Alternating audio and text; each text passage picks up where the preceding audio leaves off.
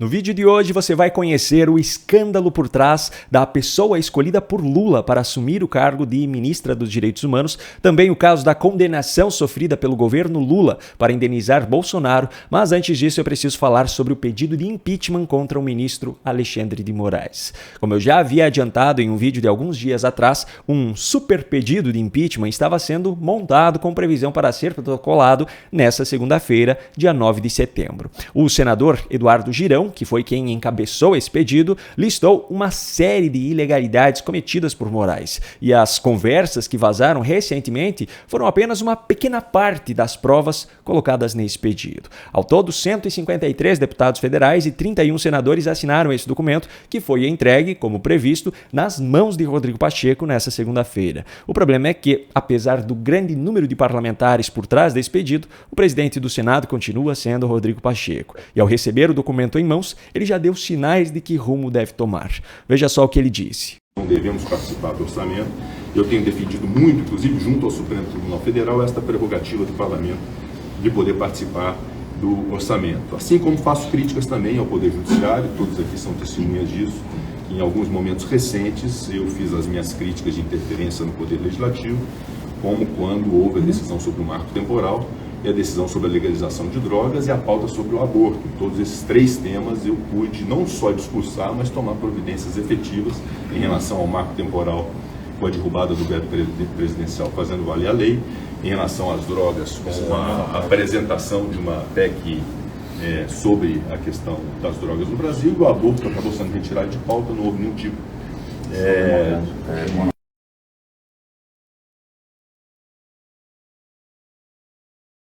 com todos, especialmente com os meus colegas senadores, os que votaram em mim para presidente e os que não votaram. Eu subi à tribuna do Senado Federal no dia 1º de fevereiro de 2023 e destaquei que alguns pontos mereceriam de nossa parte o nosso dever de legislar.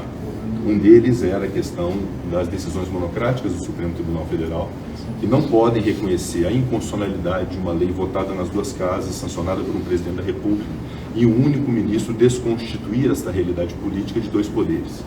Então eu defendi essa técnica das decisões monocráticas, ela foi aprovada aqui com uma apertada maioria no final do ano passado e hoje está na Câmara dos Deputados, atualmente na Câmara dos Deputados, para ver essa análise. A quantidade de desculpas e justificativas dadas por ele sobre o seu trabalho em relação a outros temas já deixa claro que esse processo não será levado adiante. Só que isso não é nenhuma surpresa, não se esperava nada de diferente de Rodrigo Pacheco. Resta agora saber se os parlamentares que apoiam esse pedido conseguirão encontrar caminhos alternativos para que o impeachment de Moraes não seja apenas mais um volume de papel ocupando espaço nas gavetas do presidente do Senado.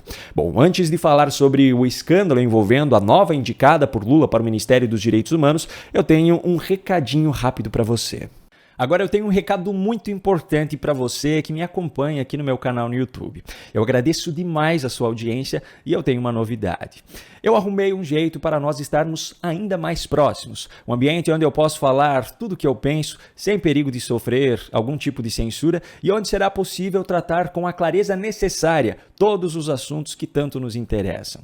Se trata da minha comunidade fechada VIP. Dentro dela, eu farei lives exclusivas de perguntas e respostas, trazendo tudo o que importa a você em primeira mão e onde os integrantes terão a liberdade também de trocar experiências no momento em que quiserem.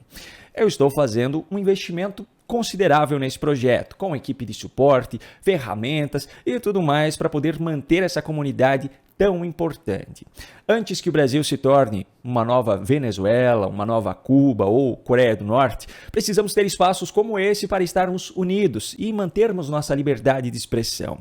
O que eu falo nos meus vídeos incomoda muitas pessoas poderosas e nós já sabemos muito bem do que elas são capazes. E tem mais, um parceiro que tem os mesmos valores que os nossos liberou de graça, um bônus que você simplesmente não vai acreditar, mas é só para os primeiros 50 que se inscreverem nessa condição exclusiva.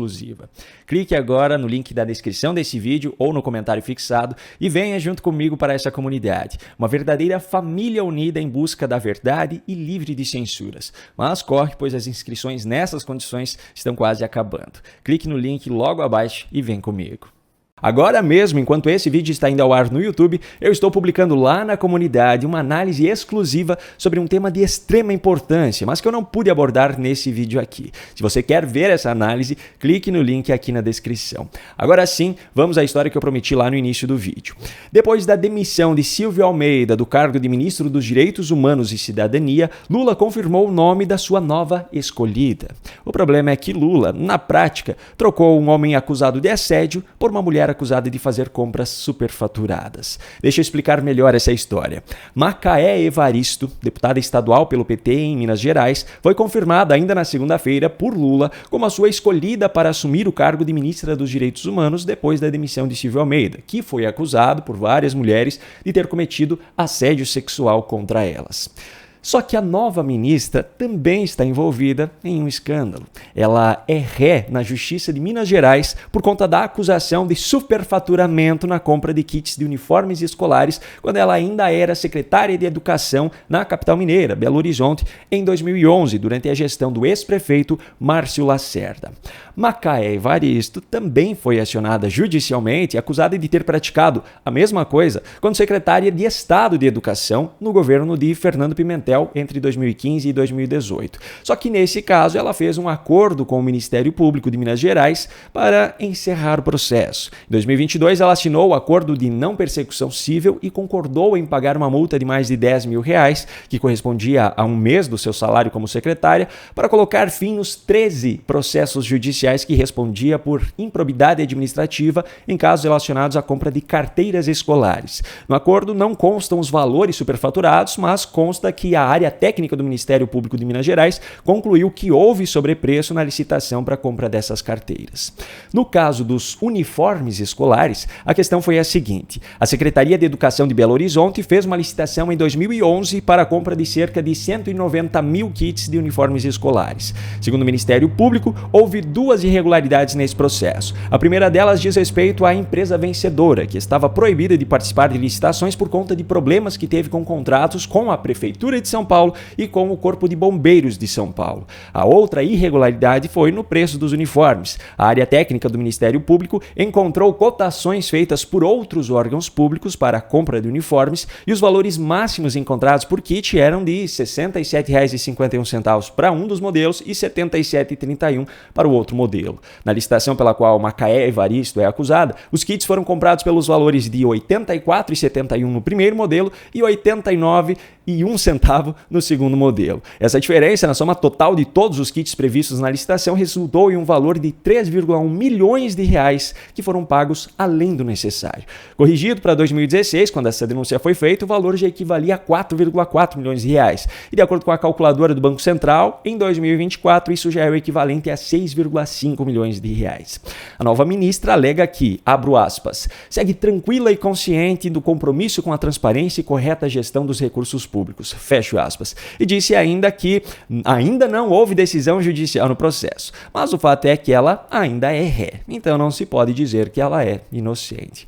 Deixando agora a ministra de lado, vamos falar sobre Lula. Uma notícia vinda da justiça brasileira parecia mostrar que, mesmo muito distante e quase impossível de enxergar a olho nu, ainda existia uma luz no fim do túnel, mas era só ilusão e agora você vai entender o porquê. A 17ª Vara Federal do Distrito Federal condenou o governo Lula a pagar R$15 mil de indenização por danos morais ao ex-presidente Jair Bolsonaro e à ex-primeira-dama Michele Bolsonaro. Essa condenação diz respeito ao caso dos móveis do Palácio da Alvorada, que foram utilizados ainda em 2023, no início do mandato de Lula, por Lula e Janja como argumentos para acusar o ex-casal presidencial de tê-los levado do palácio. Um dos primeiros vídeos de grande alcance que eu fiz, inclusive, foi justamente sobre esse caso. Na época, a pseudo-jornalista Natuza Neri havia feito uma matéria especial para o Fantástico, onde ela mostrou ao lado de Janja o Palácio da Alvorada supostamente sem vários móveis e obras de arte. Na ocasião, eu simplesmente peguei um vídeo de 2018 que mostrava os mesmos ambientes e comparei com a matéria. E essa comparação já deixou muito claro que as acusações eram falsas, pois a grande maioria dos móveis e obras de arte ainda eram os mesmos. Só que meses mais tarde, ainda teve mais uma prova contra Lula e Janja. Os poucos itens que não estavam nesses ambientes foram encontrados guardados em outros outro local, também sob a guarda da União. Portanto, as acusações eram absolutamente mentirosas. O problema é que essa indenização, que se deu por conta de acusações feitas por Lula, não será paga por Lula, será paga pela União. Ou seja, o povo brasileiro é que pagará por uma mentira de Lula. No fim das contas, aquela distante luz no fim do túnel não passava de uma ilusão. Apesar da decisão ter sido em favor do injustiçado nessa história, quem paga a conta é o povo. Um grande abraço e até a próxima.